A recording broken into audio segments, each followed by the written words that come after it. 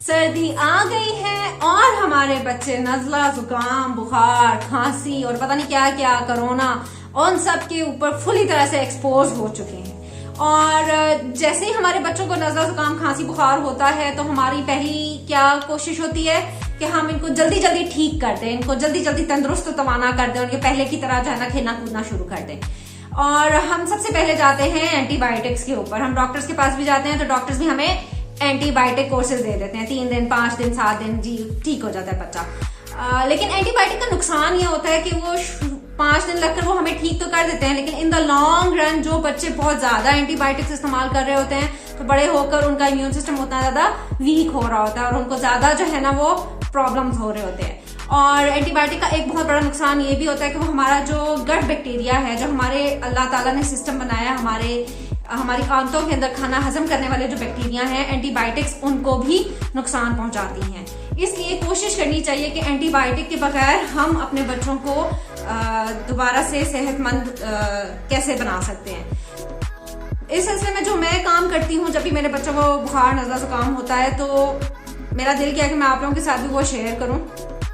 तो कुछ टिप्स हैं, कुछ टेक्निक्स हैं जो मैं यूज करती हूँ और उन्होंने पिछले 5-7 सालों में मेरी बहुत मदद की है और खुद मेरे अपने ऊपर भी मैंने वो आजमा कर देखी हुई है। तो ये आजमूदे नुस्खे हैं, जरूर आजमाइएगा, ठीक है। सो पॉइंट नंबर 1 वो है जी नमक। नमक हम लोग सिर्फ हांडियों में और स्टेक्स पे डालने के लिए नहीं होता। नमक जो है उसकी बहुत ज्यादा एंटीबैक्टीरियल प्रॉपर्टीज होती हैं। नमक हमारे पूरे सिस्टम के लिए बहुत जरूरी होता है, हमारे मसल्स के लिए बहुत जरूरी होता है। तो इसलिए नमक जो है ना वो आप थोड़ा सा अपनी किचन की कैबिनेट में से निकालें और थोड़ा सा शीशी में डालकर अपने बाथरूम की कैबिनेट में भी रखें। और जब भी आप अपने बच्चों को दांत ब्रश कराने लगे तो आप थोड़ा सा गीजर वाला साइड से गर्म पानी लें, उसके अंदर 1 टीस्पून नमक मिक्स करें और बच्चों को कहें कि इससे अच्छी तरह गरारे करें, गागल्स करें। और इसके साथ साथ उनका वही पानी लें, उनकी नाक में डालें और उनका सर पीछे की तरफ ऐसे टिल्ट कर दें, पीछे की तरफ झुकाएं, ताकि उनको वो नाक में से पानी होता हुआ, उनको नेजल पैसेज में से होता हुआ अपने गले में गिरता हुआ महसूस हो। जब उनको गले में गिरता हुआ महसूस हो तो उनको आप ये सिखाएं कि अब आपने इस पानी को थूक देना है। तो इसका फायदा ये होगा कि उनका जो बलगम यहाँ पे फंसा होगा, जो साइनोसाइटिस की वजह से उनके जो कंजेशन हुई भी होगी, जो स्टेफिनेस उनको फंस रही होगी, वो क्लियर होगी। और ये आप दिन में 1 से 2 बार कर सकते हैं। कोशिश करें कि ये सुबह और शाम करें। अगर नहीं हो सकता तो किसी भी टाइम पे आप 1 दफा इस तरह उनको कर दें। और वो अगर थोड़ा सा रोएं या हिचकिचाएं तो आप पहले खुद अपना उनको कर दिखाएं और उसके बाद उनको जब आप एनकरेज करेंगे तो बगैर रोए धोए जो है ना वो कर लेंगे। फिर नंबर 2 पे है जी काली मिर्च। काली मिर्च जो है वो बहुत जबरदस्त चीज है। उसके अंदर पाइपरीन होती है और पाइपरीन साइंस ने जो है ना वो साबित किया है, मतलब ये सिर्फ मिथ नहीं है, ये बकायदा प्रूवन फैक्ट है कि पाइपरीन जो है वो एस्थमा के अगेंस्ट हमारी बॉडी को हेल्प देती है। तो चूंकि फ्लू और उसके भी सिम्टम्स एस्थमा जैसे ही होते हैं तो हम काली मिर्च का अगर इंटेक ज्यादा करेंगे तो हमारे बच्चों को जो है वो थोड़ी सी ज्यादा स्ट्रेंथ मिलेगी। तो काली मिर्च वैसे तो खाना बहुत मुश्किल होता है, इसलिए आप फ्रेश कुटी हुई काली मिर्च उनके खानों में शामिल कर दें, उनकी मैक्रोनी में, उनके सैलड्स में, जो भी वो रेसिपीज पसंद करते हैं उसके ऊपर आप उनको फ्रेंच फ्राइज के ऊपर डालकर उनको दे सकते हैं। लेकिन मैं तो यही कहूंगी कि फ्रेंच फ्राइज मतलब फ्राइड आइटम देने की बजाय उनको आप स्टीम्ड फॉर्म में आलू दें और उसके ऊपर उनको काली मिर्च डाल कर दें, या जो अंडा वो खाना पसंद करते हैं उसके अंदर आप काली मिर्च डाल कर दें। फिर है जी नंबर 3 जो मेरा बहुत बार का आजमाया हुआ नुस्खा है, वो है जी सब्जियां।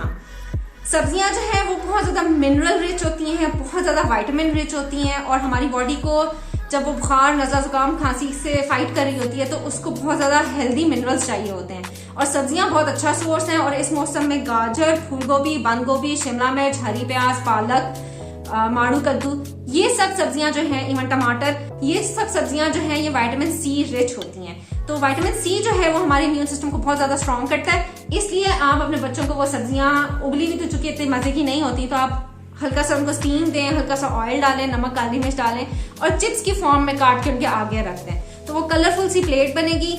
हो सकता है उसमें से वो कुछ खा लें, कुछ बचा दें, लेकिन उसका फायदा ये होगा कि उनको मिनरल्स मिलेंगे और उनका जो इम्यून सिस्टम है वो उस जो अटैक हो रहा है उनके ऊपर वायरसेस का, उसको ज्यादा बेहतर तरीके से फाइट कर सकेंगे। फिर है जी यखनी। यखनी आप चिकन की भी इस्तेमाल कर सकते हैं। अगर आप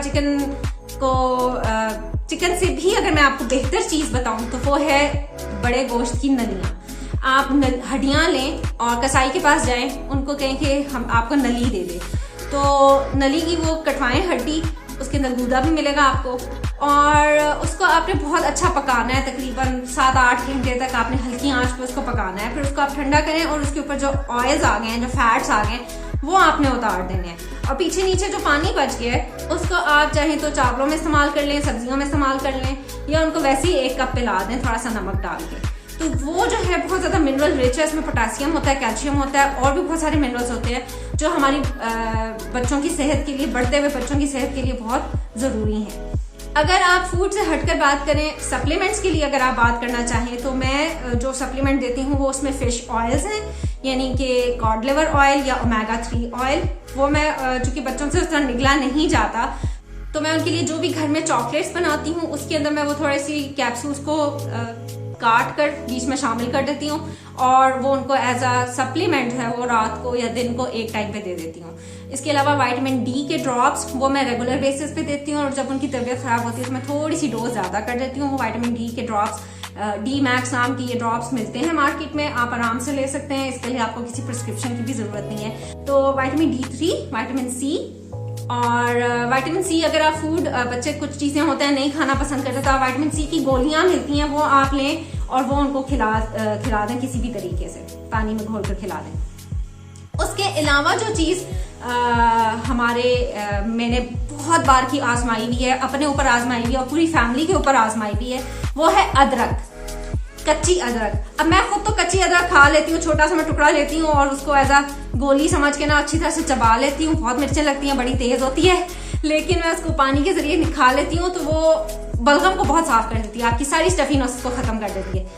लेकिन बच्चे चूंकि नहीं खा सकते, तो मैं ये करती हूँ कि अदरक थोड़ी सी लेती हूँ, उसको अच्छी तरह से क्रश करती हूँ, फिर उसका जूस निकालती हूँ और उसमें 1 से 2 चम्मच हनी मिक्स करती हूँ, तो वो एक कप सिरप की तरह की चीज बन जाती है। और वो मैं हर 3-3 घंटे के बाद उनको 1-2 चमचे पिलाती हूँ, और उससे मैंने तो देखा कि मेरे बच्चे इवन कई दफा तो ऐसा होता है कि कफ सिरप के बगैर ही वो ठीक हो जाते हैं, तो एंटीबायोटिक तक नौबत नहीं पहुंचती। तो ये कुछ थोड़े से स्टेप्स हैं। हाँ, एक आखिरी बात जो मुझे अभी अभी याद आई है वो है दही।